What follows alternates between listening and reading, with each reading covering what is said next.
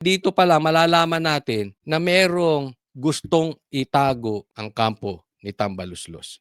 Eto, pag-usapan natin, hindi na daw kailangan ng investigasyon.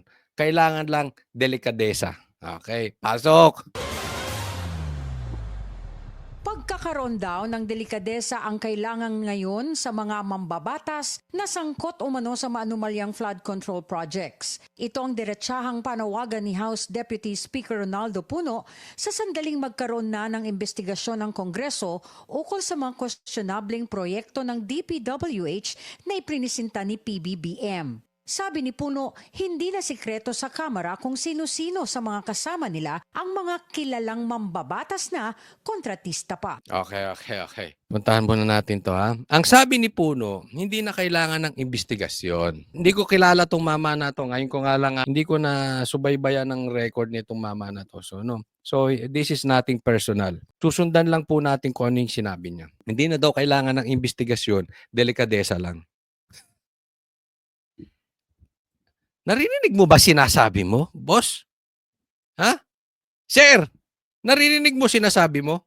Paano magkakaroon ng delikadesa? Yung ikaw nga ay congressman, connected ka, or ikaw mismo ang may-ari nung construction na yan, o yung mayroon kang connection sa mga contractor, pinapakita mo wala kang delikadesa. Yung magkakaroon kayo ng bilyong-bilyong project, pero nag-overprice kayo, binawasan ninyo yung mga materyales, despite billions of pesos, bumabaha pa rin. Meron pa bang delikadesa yung mga yan? Tumanda ka ng ganyan, di mo alam? Kung may delikadesa yan, una pa lang, teka muna, ayoko niyan. I will run as far as I can away from those contractors. Ganun na yun eh. Bakit kung hindi ikaw may-ari, kamag-anak mo, tatay mo, kapatid mo, anak mo, kahapon lang, kung hindi nyo napanood, pinakita ko dun. Yung di umano mga connected sa mga contractors. Tapos magsasalita ka ngayon, wag nang imbestigahan. Delikadesa lang. Wow. Wow, medyo may naaamoy ako rito. May naaamoy ako, malansang isda. Kayo. Ano sa tingin ninyo? Sige nga. Ano sa tingin ninyo ang purpose ng mamang ito? Pero kung ikaw naman congressman ka, contractor ka, nagka-investigasyon ng kontratista, siguro hindi ka nasasusubo doon. Di ba? Kami naman, sa liderato ng Congress, hindi rin kami papayag. Teka muna, delikadesa na lang. Nababanggit ka dito, pwede ba, huwag ka na muna sumali dito sa entablado, diyan ka sa baba. Di ba? Naniniwala si Puno na hindi nakakailanganin pa ng Tanong, kaya niyong sabihin kay Saldico yan? Sige nga. Kaya niyong sabihin kay Gonzales yan? Kasi sabi mo, kayo alam ninyo eh. Pero itong mga taong to, di umano, ang sabi, ay may connection sa mga kontraktor. Kaya nyo sabihin kay Saldico yan? Alam nyong madikit kay Tambaluslos? Sa boss nyo? Naniniwala si Puno na hindi nakakailanganin pa ng panibagong independent body na mag-iimbestiga sa mga sangkot na mambabatas. Sa halip ay hayaang mapatupad niya ng Kamara ang sariling pagdisiplina sa mga miyembro nito. Tiniyak niya na makakasuhan ang kapwa nila kongresista lalo na kapag napatunayang nagkamalang mga ito ng bilyong-bilyong pisong pondo mula sa flood control projects ng pamahalaan. Kung kukuha ka ng independent investigator, ano na naman ang qualifications ng independent investigator? Si Magalong. Tingnan nyo ha. Tingnan nyo mabuti. Sinuggest kasi ni Magalong na bago niya isubmit yung mga pangalan, aantayin nyo muna yung itatayong investigative group or agency ni Bongbong Marcos na kung sino mag-iimbestiga dito sa flood control projects. Okay. Dito sa mga contractors. Ang sabi nito, mama na to, ito si Puno, hindi na, kami na mag-iimbestiga. Ha? Alisin muna natin yung kanyang larawan dito. Hindi na, kami na muna mag-iimbestiga. Naniniwala kayo doon? Iimbestigahan mo yung sarili nyo. Yung impeachment nga, hindi nakarating kay Marcoleta. Kayo nagkakampihan dyan. Anong sabi dyan sa impeachment? May 200 na pumirma, may bayad lahat. Indirectly, in the name of projects or funds. Nakikita nyo ba yan? Simula pa lang, ipinapakita na dito na ayaw iimbestiga. Ang mag-iimbestiga, yung mga kasama. Naglulukohan ba tayo? Talaga bang sadyang lolokohin yung mga Pilipino? Wala na kayong matino? Kasi kung wala kayong tinatago, bakit hindi kayo magpaimbestiga? Una pa lang, at the get-go, ayaw na ni Tamba imposibleng ito ay hindi pinakawalan ni Tamba na magsalita. Napaka-imposible na hahayaan niya ito na walang basbas na magsasalita. As far as I'm concerned, in my opinion, hindi pwedeng walang basbas to ni Tambaluslos. Kaya nga, napaka-weird nun. Gusto nyo kayo mag-imbestiga? Investigator. Ano na naman ang qualifications ng independent investigator? Yan na naman, bagong usapan na naman yan. Nandyan na naman tayo sa proseso. Mas importante, di ba, gilitan natin yung may kasalanan. Nababahala si Puno na sa sandaling Naniniwala kayo doon? Na kaya niyang gilitan si Saldico? Kung just in case lang hindi po natin pinagbibintangan si Saldico. Pero just in case, kaya mo? Kung sakaling mapatunayan na si Saldico ay connected sa mga contractors, one of the contractors, or siya mismo may-ari or yung kapatid niya, kaya mo gilitan? Come on. hawakan pa ng ibang independent body ang investigasyon dito, ay baka matulad lang ito sa impeachment case ni Vice President Sara Duterte na hindi na pag-uusapan ang tunay na merito ng kaso. Dapat anya na laliman ng investigasyon para mabungkal ng husto kung sino ang totoong umabuso sa mga naturang proyekto ng DPWH. Kami, nagkakilalanan kami dito. Maniwala ka sa akin, marami nang nalalaman yung mga tao dito na hindi lang natin tinatanong. Hindi ba? So, umpisahan natin siguro sa ganun. Ngayon, kung hindi sila masaya sa ginawa namin dito sa Kongreso, feeling nila mas magaling sila para maghanap ng accountability dito, di sige. Pero wag nila kami pangunahan. Kaugnay ni Nakakita mo? Lagi ang tingin nila sa Congress, hiwalay. Parang hiwalay bansang Congress no? Wag nyo kaming pangunahan. Tingnan mo, doon pa lang Yung tumbok ng bibig nitong mama na ito. Ang dating, kung sa tingin nyo mas magaling kayo, di saka. Kasi doon lang din pati sa tabas ng dila ng mama na to. Hindi na maganda Dahil pati nga impeachment nadamay, di ba? Parang ayan na naman, proseso na naman tayo. Tapos dapat yung nangyari sa impeachment ay hindi natuloy. Di ba? Imbis na naimbestigahan, wala na namang nangyari. Ganun po ang pinatutunguhan niya. So, kitang-kita mo na, no? Hindi ba? Ewan ko, kayo tanungin ko. Mali ba ako na medyo may nakikita akong kulay dito sa mama na ito? Mali ba? Mali ba ang opinion ko na eto, pakawala ni Tamba? Posibleng pakawala ni Tamba dahil iba na ayaw nila talaga magpaimbestiga. Dahil, bakit hindi gawin si Magalong na mag-iimbestiga? Total, willing siya na siya ang mag-head. Total, may hawak na siya mga ebidensya. So ano nga yung takot ninyo? Bakit ayaw ninyo? Halimbawa, si Magalong ang mag-iimbestiga sa inyo. Kasi kung hindi kayo guilty, hindi kayo matatakot. Or kung hindi man kayo guilty, wala kayong pinoprotektahang mga kaibigan nyo dyan sa Congress, bakit kayo matatakot? Bakit kailangan yung parang hiwalay kayo parati? Parang lagi nyo sasabihin, kami lang ang may karapatan na magpa-impeach o hindi magpa-impeach. Hindi ilaalis sa inyo yung karapatan na yun. Kaya lang ang problema nitong na ito, parang hiwalay sila sa Pilipinas. Hindi sila pwedeng imbestigahan, hindi sila pwedeng kurikin ng Supreme Court, hindi pwedeng sabihin unconstitutional yung ginawa nila, hindi sila pwedeng pag-explain ng Supreme Court. Ganon.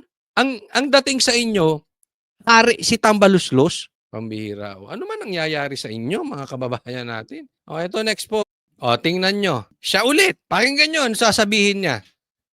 Ilagay ninyo sa comment section. Anong pakiramdam nyo sa plano ng mama na ito? Pakinggan nyo So para mawala na lahat itong mga alinlangan na ganito, naisip namin na magpaandar na tayo ng isang constitutional convention. Panahon na para amyendahan ang 1987 Philippine Constitution. Ayon kay House Deputy Speaker Antipolo 1st District Representative Ronaldo Puno, pinagmumula ng hindi pagkakaunawaan at krisis ang tinatawag na constitutional ambiguities o mga bahagi ng saligang batas na malabo, hindi tiyak o kulang sa detalye. Isang malaking halimbawa nito ang salitang forthwith sa Article 11 ng saligang batas kung saan nakapaloob ang accountability accountability o pananagutan ng mga opisyal ng gobyerno. Lumikhaan niya ito ng kontrobersya matapos pagtalunan kung ilang araw, linggo o buwan ba dapat makapagsagawa ng paglilitis matapos maitransmit ang articles of impeachment ng Kamara sa Senado laban kay Vice President Sara Duterte. Pero ang problema kasi, maraming mga salita sa ating saligang batas, hindi sinasabi talaga kung anong ang specific na Isipin mo magko-concon sila. Para ano? Patungkol sa fourth wheel. Di ba? ibig nilang sabihin. So yan, halimbawa yan, sa impeachment talaga, ang magiging panukala namin dyan, ilagay yung period.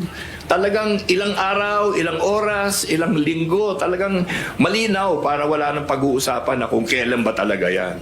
Ayon kay Deputy Speaker Puno, maghahain siya ng isang joint resolution para makapagsagawa ng Constitutional Convention o CONCON para sa charter change. Tumutukoy ang CONCON sa paraan ng pag-amyenda ng saligang batas kung saan ang mga tao ang naghahalal ng mga kinatawan para pag-usapan, suriin at buuin ang mga gagawing pagbabago sa konstitusyon.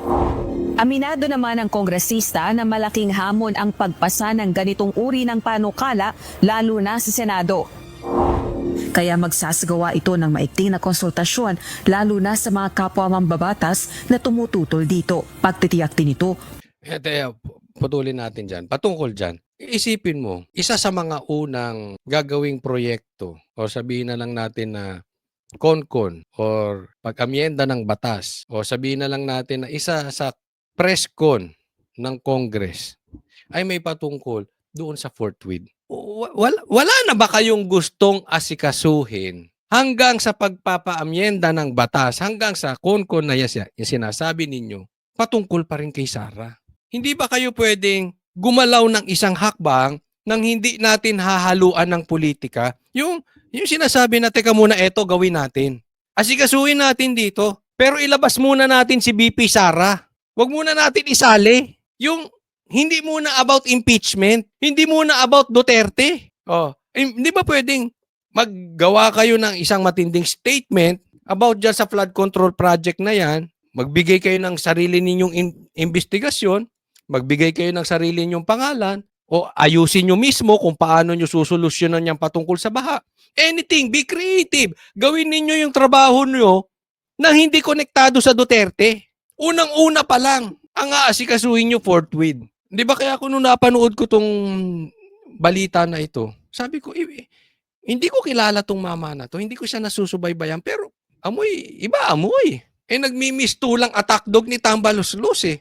Una, ayaw pa imbestiga. Baka daw magaya dun sa impeachment ni BP Sarang nagkalabo-labo. Ngayon, ang gusto naman niyang palitan, patungkol dyan sa fourth wheel para ma-define ng mabuti. Ano ba ibig sabihin ng fourth wheel? Di ba? Tingnan ninyo ang puso ng mga congressman natin ngayon. Tutugunan ng mga concern ng mga nag-aalinlangan sa pag-amyenda ng saligang batas. So, ang trabaho natin, isubukan natin siguro maghanap ng paraan kung paano mapapahupa yung kanilang mga alinlangan tungkol dito sa CONCON.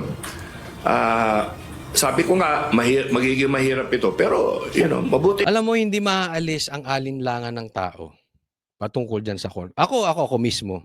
Hindi maalis ang alinlangan ko dyan. Kokonekta na naman yan eh. Doon sa pangarap ni Bonjing, na sabi nga ni Amy, ay gustong maging presidente. Lahat pinupolitika eh. I mean, can you blame the people na meron silang pang-aalinlangan? Na ngayon, labas na yung baho ng flood control projects. Tapos ayaw nyo magpa-imbestiga. Ayaw nyo ng mga investigative body. Kayo na lang mag-iimbita. Are you hearing what you are saying? Mahirap, at least alam natin na mahirap, kaya mas susubukan natin ng maayos, di ba? Pero may oras pa. If you're worried about that time, I think there is time. Samantala, nagpahayag naman kahandaan ng ilang kongresista na pag-aralan ang isinusulong na panukalang amyendahan ng konstitusyon sa pamamagitan ng CONCON. I'm not closing the idea of amendments, lalo na yung mga binanggit na mga ambiguous provisions ni Congressman Puno. So we need to study that very well. At the very least, pag-usapan Ako, sa totoo lang, agree ako kay Dilima na hindi siya sarado. Ako rin, hindi ako sarado dyan sa plano na yan. But not this time. Hindi ngayong panahon ni Bongbong Marcos at all the more, hindi ngayong panahon ni Tambaluslos. May panahon para dyan. For now, your efforts, tuon nyo doon sa magnanakaw diyan sa flood control projects na yan. Meron kayong lugar na pwede kayong may magawa at merong lugar na kaduda-duda na hindi posibleng magtiwala ang taong bayan kung yun ang gagawin ninyo. Mas maganda pa, isuko ninyo kung sa tingin ninyo. Dahil sabi mo nga, alam mo kung sino-sino. Alam nyo kung sino-sino dyan yung merong connection sa mga isuko ninyo. That very well. At the very least, pag-usapan ho, ano ba yung mga problematic provisions today na mga out-of-date provisions na hindi po nagre-reflect ng present reality po ng ating pong bansa. Noong Hulyo, inihain ni Ako Bicol Party List Representative Alfredo Garbin ang resolution of both houses number 1 na layo namang amyendahan ng economic provision, gayon din ang Article 1 ng Saligang Batas na tumutukoy sa National Territory Provision. Rosalie Coz, UNTV News and Rescue. Well, yan na po ang lagay ng ating batas. Yan na po ang lagay ng ating mambabatas ngayon. Naamoy nyo? It's all about Sara. It's all about the Duterte. Pati yung sinasabi nila patungkol dyan sa flood control projects, abangan ninyo yung sinasabi ko. Bubuelta yan sa mga Duterte. Ito po, kay Dolphy, kay Attorney Claire. Kasi parang si Dolphy ito magsalita. Naalala niyo yung yung patalastas na ginawa ni Dolphy na sa movie niya pero gumawa siya ng patalastas, no? Banayad Whiskey. Pakinggan po natin si Auntie Claire. Idiretso na po nila to sa Pangulo kung meron silang particular na pangalan na alam at para po mas mabilis ang pag-iimbestiga. Diretso na po natin ito sa Pangulo kung meron po silang alam para ito ay bumilis ang kanilang pag-iimbestiga. Bakit naman po kaya ganito ang inyong pagsasalita pero kayo po ay nakaasa sa pag-iimbestiga sa ibang tao? Bakit hindi ba po pwede mag-iimbestiga ang Pangulo? Alam mo, nakakatawa ito si Clara. At saka ito si Bongbong Marcos. Kahapon po na-discuss natin sa ating vlog na si Marcos tinanong patungkol dito sa mga kontraktor na involve ang mga politiko. Anong sagot ni Bongbong Marcos? Wala na bang investigative journalism? Ba parang inaasa pa sa reporter? Ay, ba't hindi kayo mag-imbestiga kung sino nangungurakot patungkol sa dyan sa flood control project? Sino nga mga kasabwat ng mga kontraktor? Parang ganun. Sinisi pa yung reporter. Wala na ba kayong Hindi ba kayo marunong mag-research? Trabaho mo yun. Hindi trabaho ng reporter ang maghanap ng mga magnanakaw sa hanay nyo. Ngayon naman, ang sinasabi ni Claire, sinisisi pa. Di umano, parang sinasabihan si Lacson, oy Lacson, oy, Magalong, total salita kayo ng salita dyan na meron kayong alam sa mga anomalya ng flood control projects, bakit hindi nyo pa isumbong sa presidente? Oh, total alam nyo, ba't teka muna? Alam mo yung salita na gano'n ni Claire? Pinalalabas niya na ito si Bongbong Marcos ay duwag. Kasi naglabas na po siya nung 15 contractors na nakinabang sa flood control projects na sa kanila maraming napunta. Naalala nyo, naglabas na sila ng listahan pero wala silang alam kung sinong nasa likod. Hindi po pwede yun. Imposibleng hindi alam ni Bongbong Marcos yun. Imposibleng hindi rin alam nila Claire yun. Ang problema sa mga ito, duwag. Ayaw nilang diretsuhin. Hugas kamay. Poncio Pilato ito si Bongbong Marcos. Tapos ngayon iaasa, oy, Lacson, submit nyo sa amin. Yung pangalan, oy, para pag nag-announce siya, hindi siya sabit. According dito sa sinabmit sa akin ni Magalong, ito yung mga kasabwat. According to sa sinabi ni Lacson, ito yung mga kasabwat, ito yung mga may mga pag-aari ang contractor dyan sa flood control projects na sila naman ang contractor, congressman, si congressman ganito, si congressman ganito. Wala talagang yag. Ito si Bongbong Marcos talaga kahit kailan, no? Iwas pusoy. Gitna ng ginagawang investigasyon sa mga flood control projects ng pamahalaan, nanawagan ng Malacanang sa mga lokal na opisyal na idirekta na kay Pangulong Ferdinand Marcos Jr. ang pagsusumbong kung may nalalamang anomalya sa nasabing mga proyekto. Ayon kay Palace Press Officer Yusek Claire Castro, ang kailangan lamang ng Pangulo ay malinaw na ebidensyang makapagtuturo na may mga kontratista o politikong nagsamantala sa proyekto. Ayaw naman po natin magkaroon ng witch hunting na kahit wala pa pong ebidensya, parang nalaman mo lang, ayun, may anomalya, pero walang ebidensya, mahirap naman po kasi baka yung mga ibang inosente ay madamay. Ayun, yun. Ito ang hindi ko type talaga dito kay Bongbong Marcos. Ever since, wala siyang sense of responsibility. Yung, eto, nakita ko. Eto yung mga kasabwat. Yung ganun ba, paninindigan niya. Naimbestigahan namin yan. Eto, naghahanap sila ng lusot. Ako ang talagang tingin ko rito, eto si Bongbong Marcos, nakikita niya na yung anomalya doon sa kanyang pinsan. Nakikita niya na malawakan ito. Sabi nga ni Magalong dito ito ay parang sindikato. Sabi pa nga ni Magalong, meron tong 777, may 999 at may 30-30-30 pa. Ganyan po. Yung sinasabi na Magalong na yun, that is millions of pesos. A-attend ka lang ng rally. May 777, 999. Ang pinapatukuyan niya dito, di umano ay millions. A-attend ka lang. Imaginein mo kung makailang attend ka. Ilang sorties ang ma-attendan mo. Yun po yung sinisiwalat ni Magalong. So alam niya ni Bongbong Marcos, ang problema kay Bongbong Marcos, iwas pusoy. Hindi siya talaga maninindigan. Kung meron siyang pwedeng sisihin, sisisihin niya.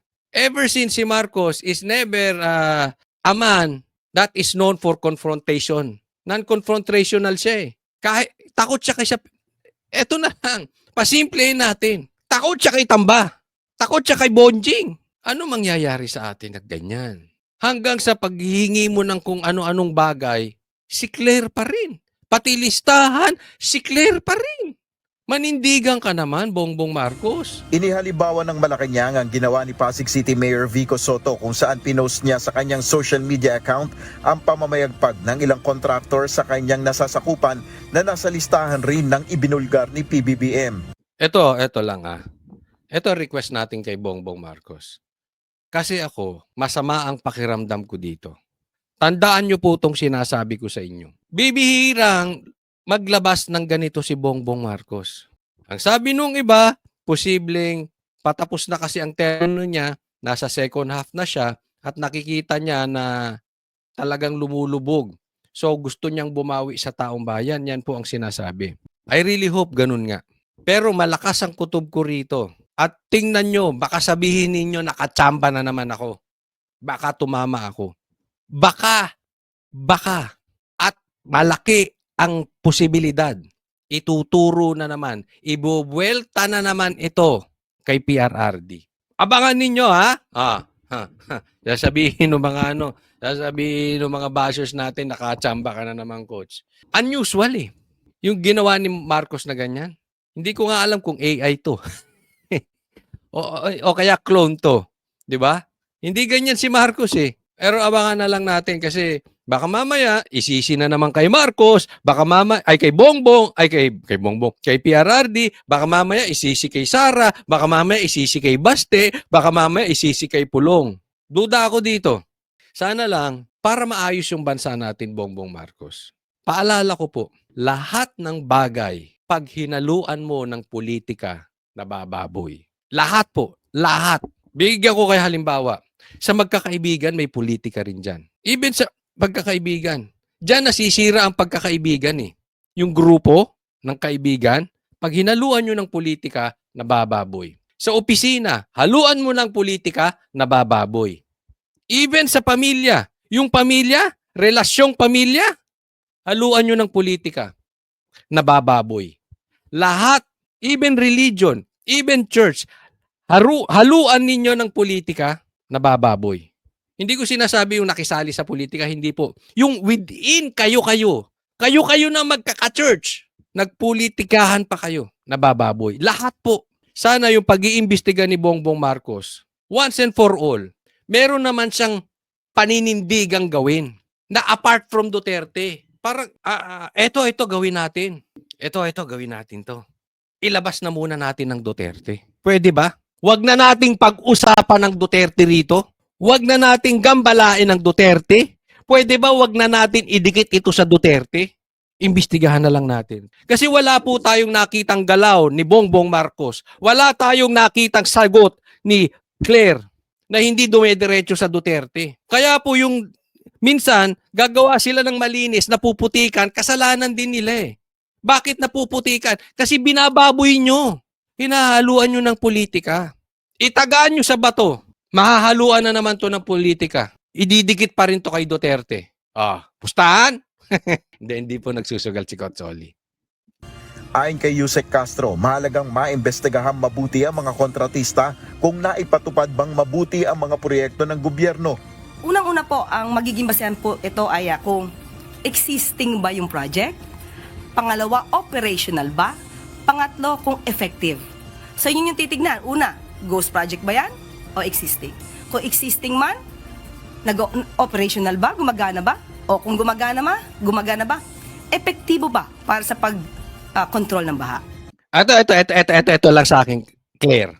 Marami kang sinabi. Simple lang. Hanapin ninyo kung sino ang involved na congressman dyan sa mga kontraktor. Kasi in the first place, bawal yun. Illegal yun. Conflict of interest yun. Nasa batas yun.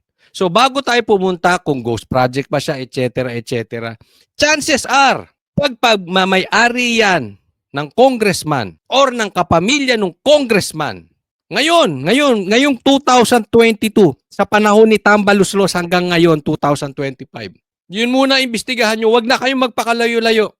Chances are, may anomalya yan. Kasi bakit mong palulusutan ng isang bagay kung wala kang masamang motibo na alam mong bawal na dapat ay wala kang koneksyon sa mga kontraktor. Di ba? Napakasimple nun eh. Wag na natin paguluhin. Ang simple-simple nun. At ilang beses nang pinaliwanag yan ni Magalong. Ang tagal nyo na rin sa politika. Ang tagal mo na rin vlogger. Abogado ka pa. Wag nyo na i-complicate. Simple lang. Sa gitna naman ng mga isyu na ito, ayon kay Castro, nananatili pa rin ang tiwala ni Pangulong Marcos Jr. kay Department of Public Works and Highway Secretary Manuel Bonoan. Manny Bonoan. Nananatili pa rin po ang tiwala kay Secretary Bonoan. Hindi naman po siya kasama sa pag-iimbestiga. Pero kinakailangan lang po kasi natin yung mga records na magmumula din sa DPWH. Sigurado ka? Sige, tingnan natin. Ha? Sige.